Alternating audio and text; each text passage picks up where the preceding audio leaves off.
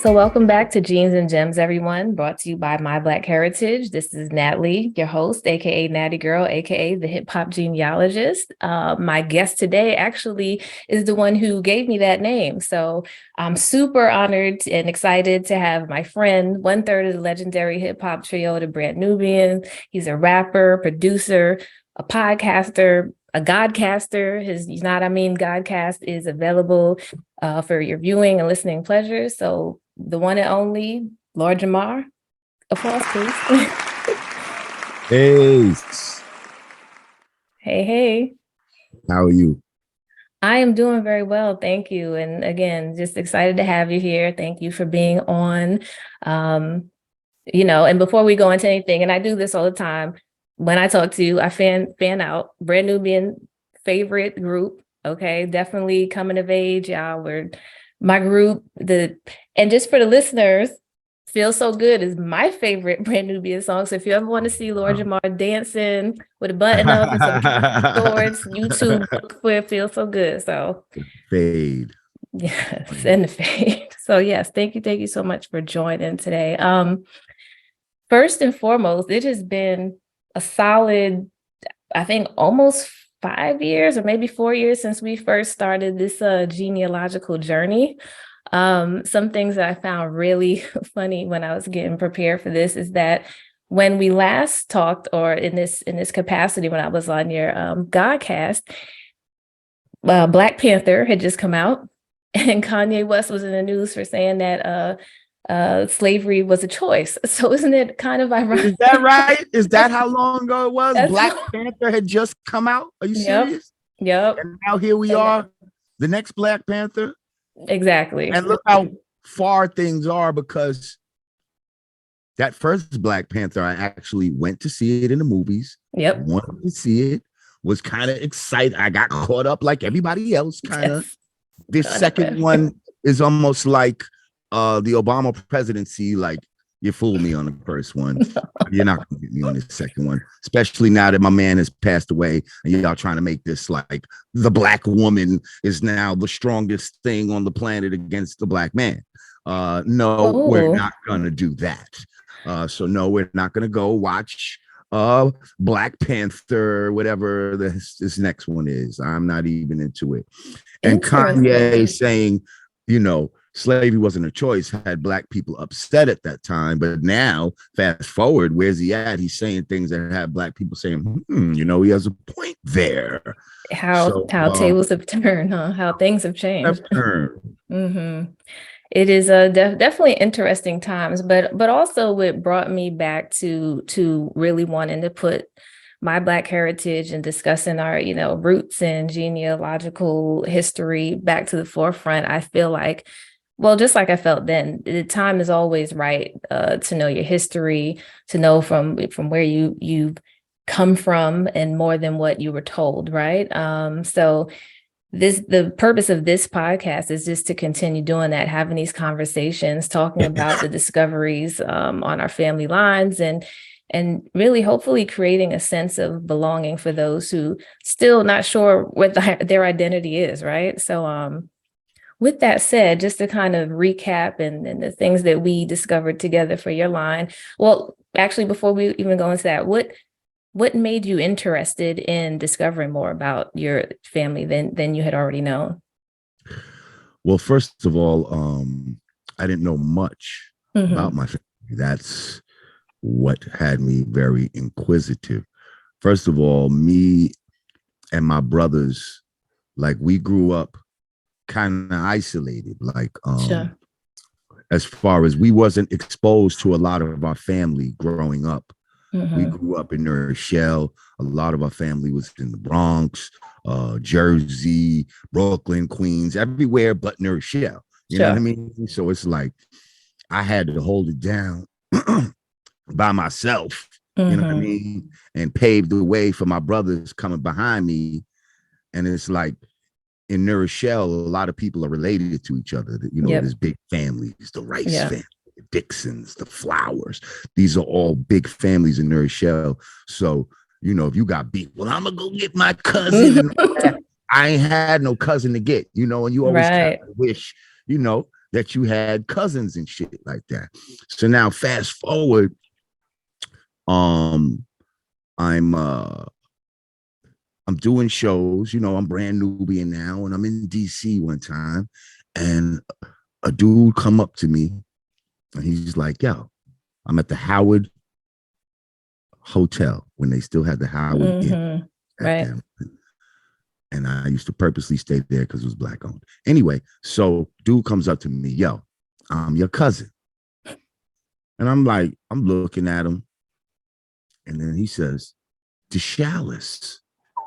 Now I'm like, "Ooh, that's an unusual name. It is not a name that people know." And ever since I was young, my people's always said, if you ever meet somebody named DeShalis, y'all are related. Definitely.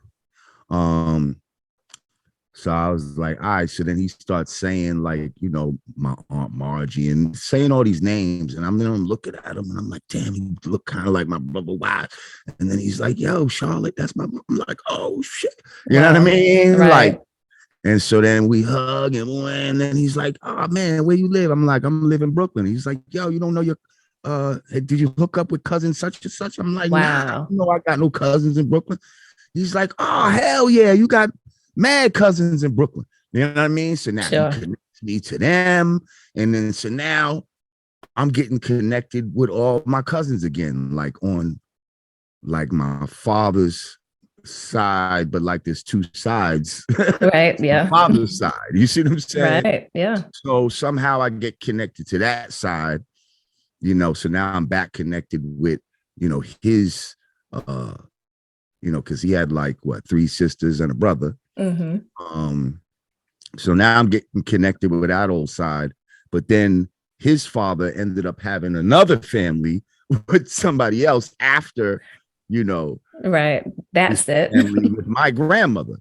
So these people they do a family reunion, and I ended up going to the family reunion and finding out, wow, this shit is like mad big. But then there was rumors, like, because the last name is French, and so you hear, DeShalis, and so, some people would say Haitian, some people were saying Guyana, some people were saying French Guyana, which is very different than British Guyana. So these were all just rumors, and I was just kind of curious. Now, keep in mind, this is only tracing my father's father. Right. Lineage. Exactly. You know what I mean?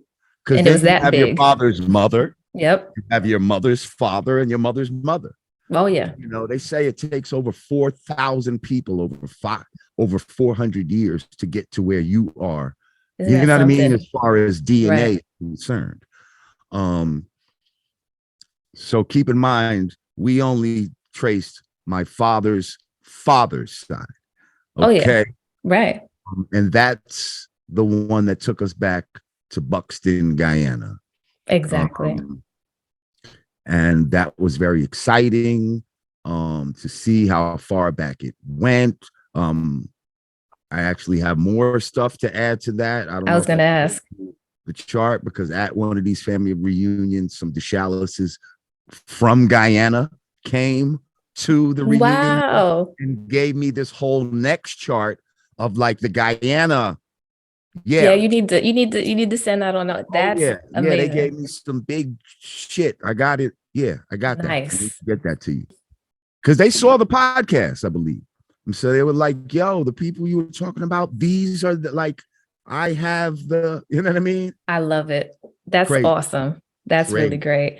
Crazy. Yeah, we do need to catch up, because I knew at one point you were talking about traveling out there. We were trying to there were a couple brick walls. So to know that opened up that way, that's really exciting. I'm so happy to hear that. Came to us. So now, so this kind of opened up a can of worms, because as I found this out, and we brought this out publicly, once certain debates started coming in the Black community, especially when it concerned reparations and foundational Black Americans, I had some people coming at me like, well, Lord Jamar, you shouldn't be able to chime in anyway, because ain't you from Guyana? You're not a foundational Black American. And I'm like, okay, even though, he did come here in the 1920s and, suffer through Jim Crow and all of that type of stuff like everybody else. But okay, their argument is, hey, he still came as a choice and all of that. Okay, I hear you. But that's just my father's father. That's one branch. That's one branch of it. If you have any branch that leads you to foundational Black America, then you have a right to get reparations and be able to chime in on the conversation. So 100%. I came to you, and I didn't even say, because I know that on my father's mother's side, they trace back to like Rhode Island. Absolutely. But I wanted to go to my mother's side because my mother, her shit is more intriguing because my mother was adopted. Right. And you were able to find my mother's mother and father through minuscule information that you had. Right. And were able to find them in the record. Now, isn't there a new census that was released recently? There was. The 1950 was just recently released. Okay. Was anything with Jacqueline in there, maybe? Well, I think and she's still a semi-mystery, except for the fact we got her high school yearbook picture. I did send that over to you, right? I think a couple of months ago. So, yeah. She's still one of those. She's hard to find and to pin down, but along those lines, on your mother's biological father's line, I just had some new stuff to share. I mean, I don't know if we want to recap a little bit there, or I can take it from the beginning. Let's go over that because first of all, I know this brings us to a definite foundational Black American roots. Absolutely. So all of y'all that try to kick me out of the conversation can suck it. And they're gonna love this. They're gonna love this. They're gonna love this. Tell them who I was related to. Let's get into it. Yes. Well, I'm gonna start from one of the oldest ancestors, or as far back as I go on your mother's biological father's side. It's a man by the name of Levi Fawcett. Fawcett. Yes. That's one of those church names, Levi. All the names out the Bible back then. He was born in 1828, and he was born free in Baltimore, Maryland. He's first mentioned on the 1830 census. The 1830. All this freedom in my blood. I'm telling you, early. And Buxton, real quick, Buxton was a place of ex-slaves that they saved up money to buy their own purchase there, and was doing for self and all that type of shit. They were liberation is in my blood. So anyway, go ahead. It comes honest. Levi, so listed on the census in 1830, before the census in about 1870, 1880, really started listing the relationships that people had in the household. There was a lot more information later in the 1800s. For that, it was just basic. Right. Earlier than that, it was just, there were names. When the names started coming on the census records, it would be a name. They would be checked in the age group, like 2 years, between 2 and 6, or don't quote me, but just certain age groups. And then it would be marked whether they were white or Black, free or colored, did say Black, colored, slave, or free. Like there were not very many categories. And so Levi appears as a free person of color, and he was 2 years old on 1830 census. And the only other person with the last name Fawcett on that census was a man named James, who was presumably his father. He was a free man of color. He was 20-something years old. Could have been a uncle or cousin, but they might hold his freedom against me. Well, you wasn't a slave. There we go. You know what I mean? Listen, we're still like we talked a few years ago. This is never ending. Now we know of free people that were put into slavery, even though they were free. Later on, even though they were free, you still could have been put into slavery. But or these people could have been freed from slavery Right. prior to, like, And it's yet to be slavery's found. in the 1600s. This is the 1800s. Oh yeah, exactly. We're years in, Just so because they're definitely. free by this time doesn't mean that they were never slaves. Indeed. In fact, the Fawcett family, there are white ones in clearly in the Maryland area. And we don't know that, we haven't gone that far back yet, but Levi excites me because not only was he born free, but some of the things he did in his life, this will be news to you, because this was a sort of recent find and we haven't really been able to connect on him. But by the time 1848 rolled around, this is a news article that I found about him. He was charged with assault and he had to pay a $2 fine, and that was listed in the newspaper. So I'm like, okay, he was scrappy. Yeah, who's the ass he whooping out here? He was 18 years old, punching somebody in the face, got fined $2, which in this day and age is about $70 fine. So I went to follow his trail. 1860, he was married to a woman named Mary Jane Nelson. So I went into her tree. Another person born free, another person of color born free. She's listed as mulatto. She was born in 1834 in Baltimore, Maryland. So they got together and they had a few kids. Now, before I get into their kids and how it leads down to you, I started digging into Levi a little more because he kept popping up in the newspapers. In 1862, he was arrested for assault with intent to kill when he fled to Canada. Yes, he sliced a man up, didn't kill the man, but the intentions apparently were there, according to this article. And he fled to Canada, where he spent several months there before returning. When he returned, he was sentenced, but he wasn't in. There's Chalice is up in Canada. That's what's so crazy. Isn't that funny? Isn't that funny? Good coincidence. So he comes back. He served some time. I couldn't find out how much time he served, but he was listed again on the 1870 census, the 1880 census. I'll get all my documents to send up to you. But how old would he have been at this time in 1870 then? 52, if I'm doing math right. 42. If he was born in 1828, yeah, he'd have been 42. Okay. He and Mary Jane had several children at that time. By 1885, shows up in the newspaper again. He was arrested for assaulting a police officer. Wow. He's a scrappy guy. He served 6 months. And it's interesting, right? He assaulted a police officer, but as the I don't want to say that, the audacity, right, of a man, a person of color in 1885 to assault a police officer and only got 6 months. And he assaulted the police officer. This story is hilarious. He had according to him, had whiskey for the first time, and he had 2 glasses of whiskey, and his wife first time.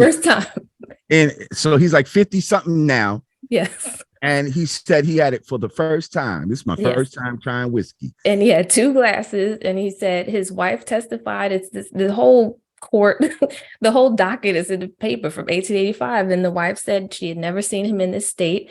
And the kids said, he seemed to be sick. And he shot off 4 rounds of his revolver in the house as causing a public disturbance. The policeman came and he knocked the shit out of him. And that's what he got arrested for. Assaulting a police officer in 1885 and got 6 months, got locked up for 6 months. So just, hearing all the, and this is not. Explain a lot. It's starting to explain a lot. But not only is this guy, Mr. Levi Fawcett, your 3rd great grandfather, but I'm now going to talk about some of the children he had, their children's children, and who it connects you to. So Levi and Mary Jane had 14 children. He was with his wife and until I think she passed first. So his firstborn child was a woman, a child by the name of Mary. They named her after his wife, or Mary Jane. Her name was Mary. Mary, let me look at my notes so I'm going to get this right. She was the oldest. She had a daughter named Norma. Norma married a man named William Marshall, and they had 2 sons. Firstborn was named William, and their second child was named Thorogood. Thorogood was actually it ended up being, yes, ding, ding. So, and I know we talked about this before, there was a possible connection, but I couldn't it was taking me a minute, and we'll get back to why it took so long. But first and foremost, to now be able to confirm that your third great grandparents were Thurgood Marshall's great grandparents, which makes y'all second cousins twice removed, if you want to be technical. What is that? How does that feel? What does that mean to you? If it doesn't mean anything, does it feel? You know, it's cool. You know, it's I guess it's a fun fact. You know what I mean? It doesn't change much in my life. I mean, unless this guy got some sort of estate that right now we can talk about yeah, like his second cousins have some sort of right to, then I guess that would make sense. I mean, it makes me want to study Thurgood Marshall a little more. Wasn't he like a lawyer or something like that? Didn't he do the civil rights? He was the civil rights lawyer, right? He was a civil rights lawyer, and some have called him the most important lawyer in the 20th century for all the things he achieved. I mean, he was the first, like a Supreme Court justice? the first African American in the Supreme Court. He was he supported abortion rights, opposed the death penalty, and was all for gun control. And we talking, we're not talking last week or yesterday. This is, I thought it was very interesting to hear some of the positions. So he's on the wrong side of two issues already that I can hear on there. I wonder if he's supporting abortion rights and opposing he opposed gun control. No, he was for gun control. Oh, so he was for gun control. Yeah. Fuck out of here. See, that's what I'm saying. Like, that's the second time now I've heard some things from that side of the family that for me, is questionable and that I don't align myself with. You know what I mean? And I knew that. But what resonated with me, both times, is that these were people, for better, for worse, that had no fear in many ways. And I see that obviously in you, all these years later. So that rang a bell to me. But I thought the dynamics were pretty interesting for this to, be your cousin, Mr. Thurgood Marshall. I mean, it doesn't surprise me to come from like great people. You know what I mean? Like, I just have always felt that within me. Like, I don't know what it is, but I've just always felt, I don't know, special. But anyway, all right, continue. Do we have yeah. So now, as you heard me mention faucet. You didn't hear me say defaucet, right? And this is where we know that sometimes people would add that later to like fancify themselves in America. Right. So for a sense of nobility, it was something that was going on in France. As a matter of fact, interesting because de Chalice, that is real. They've always been. That can be traced back to like the 1400s. They've always been de Chalice. That's not something that was that actually was a French nobility name. It was. But now you're saying de Fawcett. When did it change from Fawcett to de Fawcett? Yeah, and I don't know if it had something to do with Levi's little shady history. Maybe they don't want to be attached. But for better, for worse, the person that Levi was, he and his wife Mary and the daughter that they raised, Mary, who raised Norma, who ended up being a school teacher. These were people who were making names for themselves in the early 1900s. So this, we don't know why they went from Fawcett to de Fawcett, but we made a lot of assumptions because now Joseph Fawcett at the time was their second to youngest child. He was, I think, child number 13. So he was much younger than he might have. I gotta look at the records. I think he was close in age to Thorogood at the time, but then Thurgood. But all that to say is that he had moved to Harlem and was on the 1880 census. He was still listed as Fawcett with his wife. He married a woman by the name of America. Just to know that these people were in, Harlem, in New York City, they were going to college, like I said, 1925, 1935, graduating. I think it's interesting to hear that this was a whole other side of your family that you had no no connection, no clue about until you're a grown man. And it's just I don't know. I find it's a bittersweet. It's like cool that you know that connection, but to know that for some reason they were, well, I don't know. Do you mind sharing that story? Like how I know your mom was adopted, and how do you want to share what we discovered or what we deduced from the paperwork? And do you remember the whole? My mom, what happened? She was she was born to this lady, Jacqueline, Mm-hmm. and the father was DeFawcett. Yep. And they were supposed to get married, and you found You a remember? marriage announcement in a newspaper. And recently the license too. Just found that. The Oh, actual really? license. Yep. Whoa. And it just they never the marriage never happened. The marriage never happened. According to my mother, the story that she got was that his mother somehow didn't approve of her, and just was like, it's not gonna happen. Like, and that she just broke up the relationship or some shit like that. Right. And after that, my mother's mother, Jacqueline, was so distraught that she ended up putting my mother up for adoption, claiming that she looked a lot like the father and she just couldn't look at her and all this other shit. So my grandmother, who I know as my grandmother, who I believe was Jacqueline's cousin, Right. used to go visit my mother in the orphanage. My grandmother apparently went to the orphanage and like saw my mother like just in such a bad, like they had her in a shitty diaper or some crazy, like just horrible conditions, and to where my grandmother was like, nah, fuck that, I'm taking her. You know what I mean? Like, she's coming with me. And now I wonder if you could find this, because from what I understand, my grandmother was supposed to be one of the first like single black women at the time that was adopted a child or some shit like that. Oh, we gonna look into it then. This is some shit that I had heard as well. Wow. Yeah.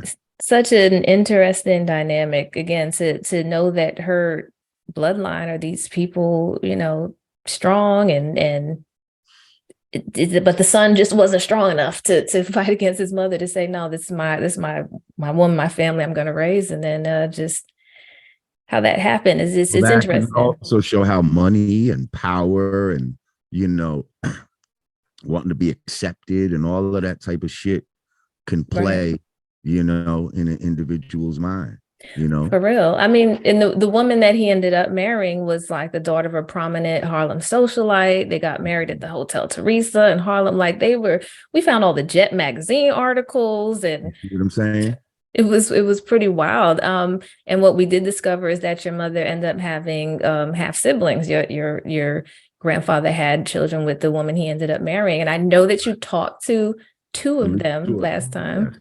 Yes. Anything ever come out of that? Did you ever meet them? Or no, it kind of fizzled out.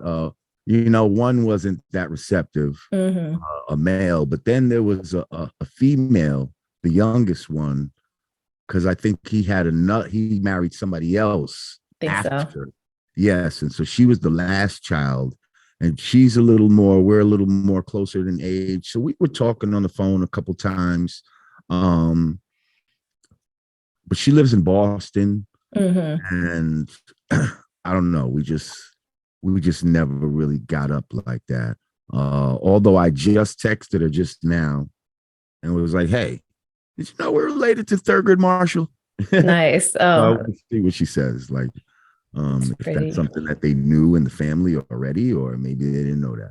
Yeah, I'll be interested to hear that as well. And again, I feel like they must have, just based on the time and then the things that your biological grandparents, well, not only great grandparents or grandfather and his brother were part of. We talked about how they were both part of the 369th Infantry and fought in the war. The Negro Leagues. Negro League. I mean, big things. Police officer. Yeah, one was a police officer. One was he was like the State Department, but it was the equivalent of like the FBI. Yeah, it was like the diplomatic security. Anyway, yeah, some FBI, CIA type joint. He was the first Black special agent ever.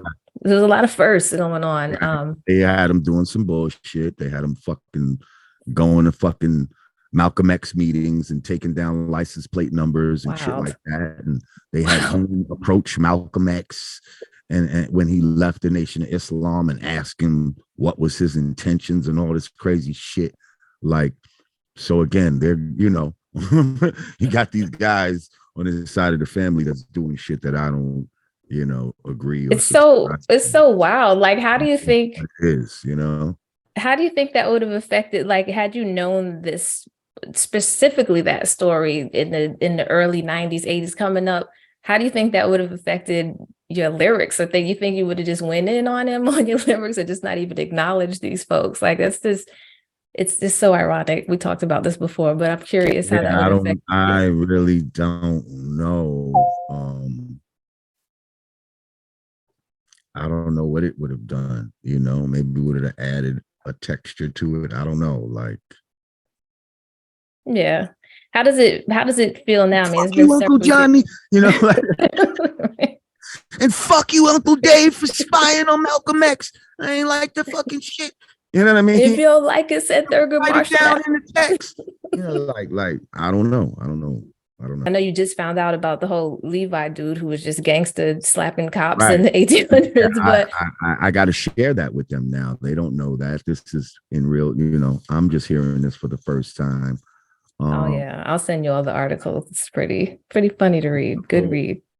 I could say that, like, between what I'm hearing about that, you know, this side, and then what I know about, like, on my pop side, it's like, yeah, you got a lot of energy.